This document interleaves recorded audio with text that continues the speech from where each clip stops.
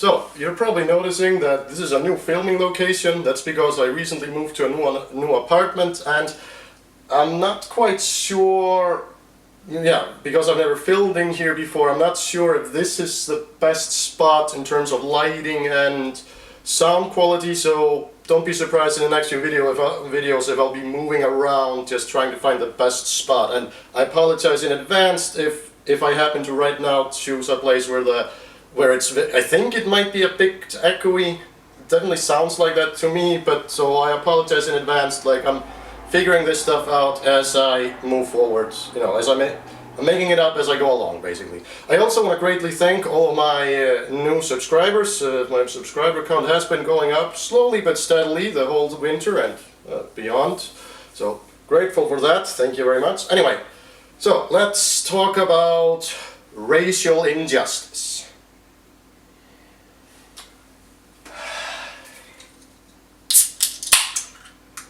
Yippee-yay.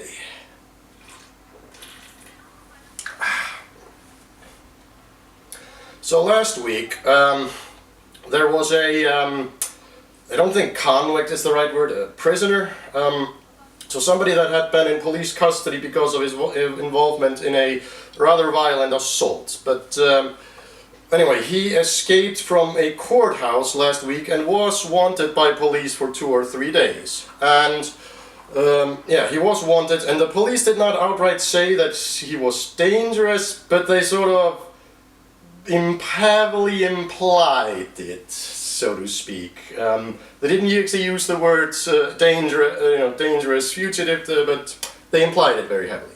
So, when he had been on the run for about 24 hours, armed police, the police special armed unit, marched into a city bus in Reykjavik where apparently they thought that he was on, and they questioned somebody who was there who turned out to be not said fugitive.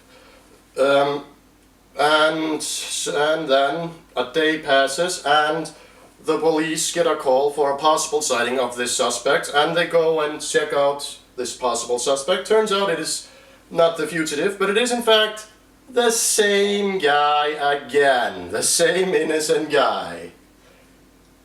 This is a picture of the fugitive. He has been caught since then, by the way.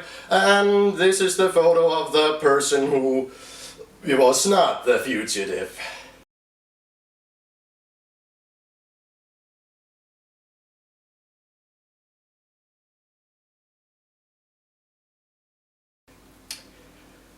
You can probably guess how this story has been talked about, in media and amongst people here. So yeah, it's been pretty wild.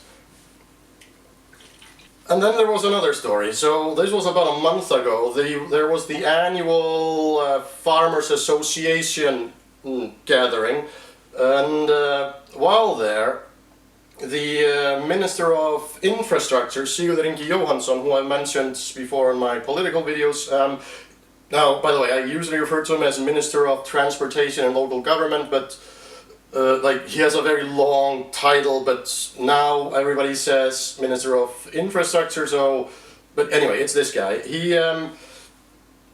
So, what happened was that there was supposed to be a photo op where him and several other guys from in the Farmers Association were supposed to lift up the woman, which is the vice chairman of the Farmers Association. This classic old group photo thing where several people lift up the smaller person in front of them and hold her together. And yeah, said woman is black, and apparently Sigurður Ingi said something. Now, at first it was reported that he had said, "Oh, shall we lift the black one?" And he apparently didn't want to take part in the photo. Now, I read later that this was actually paraphrased, that he had not said, "Let's lift the black one," or different versions of the story. But anyway, he in some way or another mentioned the fact that she is black, and there was a huge media firestorm about this, and people accusing Sigurður Ingi of being racist and whatnot. And also Sigurður Ingi just didn't handle this negative press coverage very well. He was very awkward in in a brief interview that he gave the following day outside of the minister's cabin in downtown Reykjavik, and yeah, it was bad PR. And what was the third story? Yeah, so take a look at this statue here. This statue depicts, again, I should have read up before I made the video, but anyway, I just got home from work and I'm just being a little lazy. I just wanted to get this video over with. So this woman, name on screen now, was the first European woman to give birth to a child in the New World, aka America. And she was also at the time, this is also around the year 1010, she was also at the time probably the most well-traveled woman in the world.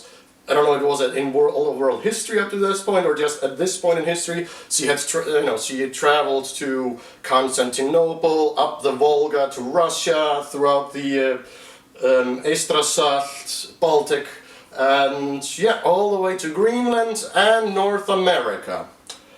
But anyway, the plaque commemorating her on this statue mentioned that she is the first white woman to give birth to a child in the New World. And some activists stole this statue, but they didn't ruin it or anything. They just stole it, kept it for a few days, put it into their own sort of piece of art in order to make a political statement claiming that the statue is implicitly racist. Now, they didn't say this specifically, but I think their views have something to do just with the fact that the plaque of the statue mentions the word that she's white. Had this just been, the first European woman or whatever to give birth to a child in a New World, maybe they wouldn't have done it. But also they mentioned the fact that the statue was made in 1939, which is, of course, the same year where Iceland turned down accepting Jewish refugees from Europe. Because it was made in that exact same year when Iceland was very racist, then by default the statue must be racist. I think that is what they were going with. But anyway, the statue has since then been turned over, to its owners, and it's supposed to arrive back at its location. So, no material damage or anything. They were just trying to make a statement. And should also be noted that the statue was made by Ásmundur Sveinsson. I think that's the name. Anyway, he is Iceland's most famous sculpturist, or top 3 definitely. So it makes sense, if you're a young artist just starting out, you're never gonna be as famous, as Ásmundur Sveinsson, right away. But the old saying goes, a good artist creates, but a great artist steals. Usually it's not meant quite this literary, but if it was a statue of the first white woman to give birth to a child in America made by Jón Sigmarsson from Saurarbæir in Strandir or whatever, some guy that nobody's ever heard of, if he had made the statue, I don't think they would have taken it. It would have been probably not nearly as cool of a stunt, I suppose. So yeah, because of this all happening within about 6 weeks, basically racism and prejudices against minorities and all that good stuff has been basically, riding high in the public conversation for quite some time now. So let's talk about that. Now, before we talk about this, I want to touch on something else that I think is related to this in some way. So, in late February, around the same time when, all of these tanks with all of them red stars started to roll over that border up there in the east, then there were reports in Iceland and probably all over the world of, Russian migrant children getting, picked on and bullied by other fellow students, I suppose. I don't know how many Russian migrants live in Iceland. I would venture to say that there are a few hundreds at least. But yeah, this has then just sort of disappeared from the news. I don't know if this is still going on. Maybe it isn't. Maybe it just was sort of a phase that, came and went, maybe all the Russian school children are currently just fine. I don't know, but it did not receive nearly as much outrage as these last three incidents, which happened. Now, you could argue that the last three incidents were more serious, but I don't know, how do you measure these things? Like, what's the ruler? What's the ruler? Like, what is more racist than another thing? And I think this is a huge problem in Iceland when it just comes, in general, when discussing these things, is that racism has been discussed a lot in the past few years, especially in Iceland. And by the way, I'm not saying that there aren't many examples of just clear-cut, disgusting racism. I mean, for example, a wise MP for the Pirates, whose parents happen to be from Azerbaijan, I think. She has gotten a lot of messages, over her, supposed Muslim heritage. I have no idea what her heritage is. I just know she's from this particular part of the world. And yeah, some of the messages that she has, shown to the public are absolutely disgusting. It should also be noted that she's like 20 years old. So yeah, imagine you're a 20-year-old woman given a chance to, have a seat in the parliament of your country, and so you've already accomplished much more than when I was 21, I published my first novel, and I was 20. I was 20 when I published my first novel. Also, not to brag here, but I find that to be a pretty cool, epic accomplishment. But she got into Parliament on that age, so. Now, it doesn't change the fact that she's still a pirate, and I still dislike everything that she stands for. But that's beside the point. But I think the problem is that in recent years, especially, there's been a lot of discussion in Iceland about racism, but it only focuses on, the very obvious, which is true, that racism is bad. However, it has never been really discussed what racism is, and equally importantly, what racism is not. So everybody just sort of makes shit up as they go along. Like, this is definitely racist because that's how I interpret it as. And because nobody wants to be on team racism, then nobody wants to, people seem to be generally uncomfortable with saying, I don't share your viewpoint on this necessarily being racist. So yeah, it's a mess. That's the moral of this story. Now, when I was growing up, during the 2000s and 2010s, when racism was discussed in Iceland, it all pretty much always revolved around, but think of something for a moment, wherever you live in the world. When you think about racism being discussed, the first thought in your mind you usually start thinking of a particular definable group of people, a certain ethnic group, a religious group, or whatever. And when I was growing up, when you mentioned the word racism, the first thing that people thought about were always the Poles. Very unsurprisingly, because roughly half of Iceland's migrant community are from Poland or of Polish descent.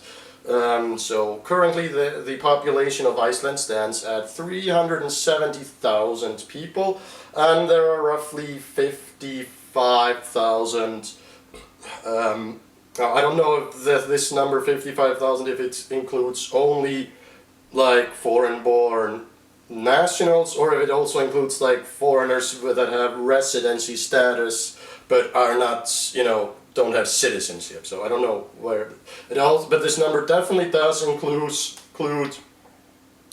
like foreign-born citizens who were born and raised here, but one or both parents were migrants. So basically, you could be like, you could have one Polish parent and be born in the year 2002, and like always have lived in Iceland, and still be categorized in this and under this number because one of your parents was non-Icelandic. So now, however, when these things are discussed, people don't think that much about the Poles anymore. Now people think black and brown people. Now I have no numbers over this, but I'm just gonna throw a random number out there. I think the number of black and brown people in Iceland stands at around 4,000 individuals, though I might be, inflating this number, so could be lower. So that's a little over 1% of Iceland's total population. I did cover a poll that was conducted, I think it was like the fall of 2020. I'll put a link to it in description. It was about racism in Iceland. Like, there was a poll conducted on how much of a problem general Icelanders thought racism were, and I can't remember the numbers, but an ever-increasing number of people of respondents say that racism is a serious problem in Iceland. I don't know how that is defined though. Like, what is, how do you find racism is a serious problem versus it is just a small, again, what's the measuring stick? So I don't know exactly what people are talking about with this. So now I think a very fair measurement would be to say that any existing racism is always 1 point of racism too much, which is a fair estimate, but it's also a very unachievable goal, in my opinion. I think people are on some level tribalistic in nature, and I think, for example, as we saw with the bullying that these Russian school children received, I think if the invasion had never happened, these children maybe would have never been bullied over the fact that they were Russians. So yeah, and same thing always happens when there is a Muslim terror attack somewhere in the world. The run-of-the-mill, John Doe Muhammads around the world just running some kebab store somewhere, they often suffer, which is probably also what the terrorists want, but, in conclusion, racism is definitely a thing in Iceland, make no mistake about it. Iceland is still, by most metrics, I would say, and I think it's quite verifiable, a great place to live. But it's not without its problem, no country is, I suppose.